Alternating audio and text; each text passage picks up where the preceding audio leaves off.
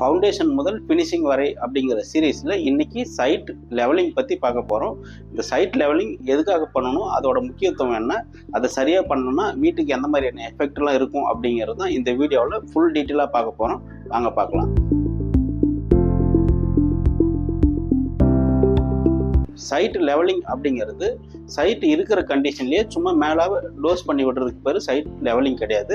Site ப்ராப்பராக 4 மூலையும் ஒரே உயரமாக பண்ணணும். செகண்டு, மேடு பள்ளம் இல்லாமல் லெவல் பண்ணணும். தேர்டு, சப்போஸ் சைட்டு ஒரு பக்கம் பள்ளமாகவும் ஒரு பக்கம் மேடாக இருந்தால் அந்த இடத்துல ஃபில்லிங் பண்ணும்போது கம்பல்சரி ஒரே டைமில் ஃபில்லிங் பண்ணாமல் அது ஃபில்லிங் பண்ணுறதை ப்ராப்பராக காம்பேக்ட் பண்ணி ஃபில்லிங் பண்ணணும். இந்த மாதிரி கன்ஸ்ட்ரக்ஷனுக்கு தேவையான மாதிரி, ஒரு வீடு கட்டுறதுக்கு தேவையான மாதிரி நம்ம ப்ராப்பராக ரெடி பண்ணுறதுக்கு பேர் தான் ப்ராப்பர் லெவலிங். லெவலிங் பண்ணுறதோட முக்கிய நோக்கமே மேடு பள்ளம் இல்லாமல் பண்ணுறது, ஒரே லெவலில் மெயின்டைன் பண்ணுறது, வீடு கட்டுறதுக்கு ஸ்டேபிளான பேஸை உருவாக்குறது. சைட் லெவலிங் ஏன் முக்கியம் அப்படின்னு சொல்கிறோன்னா, நிறைய இடத்துல சைட் ரோட் லெவலில் இருந்து ஸ்லோப்பாக இருக்கும். ஒன்று இந்த பக்கம் பள்ளமாக இருக்கும், இல்லைன்னா இந்த பக்கம் பள்ளமாக இருக்கும். இந்த மாதிரி பள்ளமாக இருக்கிற ஏரியாவில் மோஸ்ட்லி என்ன பண்ணுவாங்கன்னு சொன்னால், சைட்டை மேலே க்ளீன் பண்ணிவிட்டு நம்ம அப்படியே பூட்டிங் போட ஆரம்பிச்சிருவாங்க. ஆனால் அந்த மாதிரி போடுறதுனால என்ன ப்ராப்ளம் வரும்னு கேட்டால், இப்போது சில இடத்துல எல்லாமே நாங்கள் பூட்டிங் ஆல்ரெடி டெப்த்து போடுறோம், ஸ்ட்ரக்சர் டிசைன் பண்ண மாட்டாங்க. அப்படியே பண்ணாமல் அவங்க அக்ரிமெண்ட்டில் மென்ஷன் பண்ணியிருப்பாங்க, எங்களோட பூட்டிங் சைஸ் 6 அடி ஆழ போடுவோம், 5 அடி ஆழ போடுவோம்னு சொல்லியிருப்பாங்க. அவங்க என்ன பண்ணுவாங்கன்னா, குழி எடுக்கும்போது இந்த லெவல்லேருந்து இந்த பூட்டிங் 5 அடி இல்லை 6 அடி குழி எடுப்பாங்க.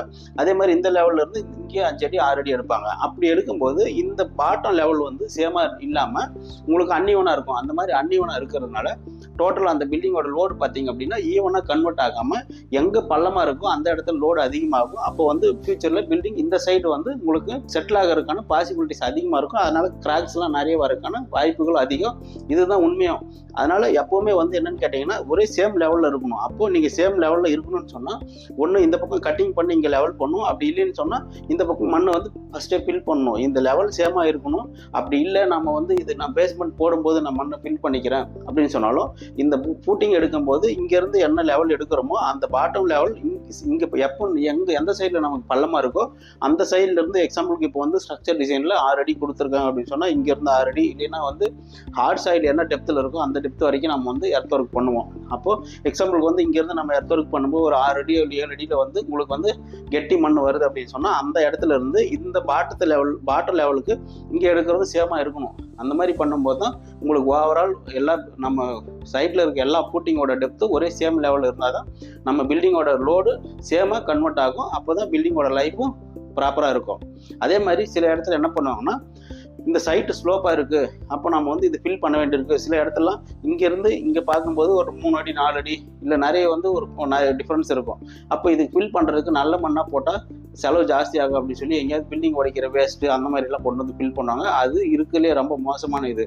ஏன்னு கேட்டால், நல்ல மண்ணை தான் ஃபில்லிங்க்கு யூஸ் பண்ணணும். அதே மாதிரி நீங்கள் ஒரு டெப்த்து ஒரு 2 அடிக்கு மேலே அதிகமான டெப்த் இருந்துச்சு அப்படின்னா, அதை கண்டிப்பாக ஒரு லேயராக ஒரு லேயருக்கு 1.5 அடி இல்லை மேக்ஸிமம் 2 அடி தான் ஃபில் பண்ணணும். ஃபில்லிங் பண்ணிவிட்டு ப்ராப்பராக தண்ணி விட்டு கன்சல்டேஷன் பண்ணி அதை காம்பேக்ட் பண்ணதுக்கப்புறம் தான் அடுத்த லேயர் மண் கொட்டணும். இது கன்ஸ்ட்ரக்ஷனுக்கு முன்னாடி பண்ணுறதா இருந்தாலும் சரி, இல்லை கன்ஸ்ட்ரக்ஷன் நடக்கும்போது பண்ணுறதா இருந்தாலும் அந்த மாதிரி காம்பேக்ட் பண்ணால் மட்டும்தான் ஃப்யூச்சரில் இந்த ஃப்ளோர் செட்டில்மெண்ட் ஆகாமல் ப்ராப்பராக ஸ்ட்ராங்காக இருக்கும்.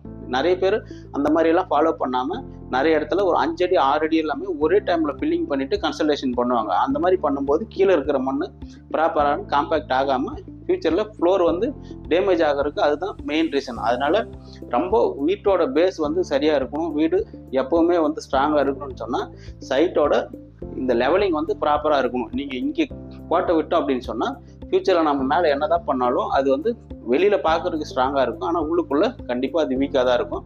அதனால் சைட் லெவலிங்கை இந்த மாதிரி ப்ராப்பராக பார்த்து தெரிஞ்சுக்காங்க. இல்லை உங்களுக்கு எதாவது டவுட் அப்படின்னு சொன்னால் கமெண்ட்டில் கேளுங்க, நான் எக்ஸ்பிளைன் பண்ணுறேன். நன்றி. நான் சசிகுமார், சிவில் இன்ஜினியர்.